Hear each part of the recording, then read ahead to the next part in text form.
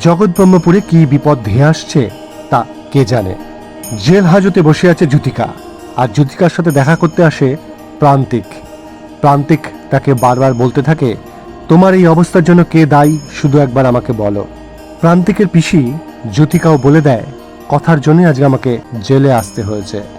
প্রান্তিক শুনে ভীষণ রেগে যায়, কথাকে আমি ছাড়ব না, জগৎ ব্রহ্মপুরে কথাকে আমি শেষ করে দেব। গুহ পরিবারের সকলে মিলে জগৎ ব্রহ্মপুরে গেছে রথযাত্রায়, এবং গাড়িতে যেতে যেতে কথা সেই কাগজের টুকরোটি পড়তে থাকে এবং ওয়ার্ল্ড কথার মানে সে খুঁজে বেড়ায়। কিছুতেই সেটা খুঁজে পাচ্ছে না যে ওয়ার্ল্ড কথার মানে কি।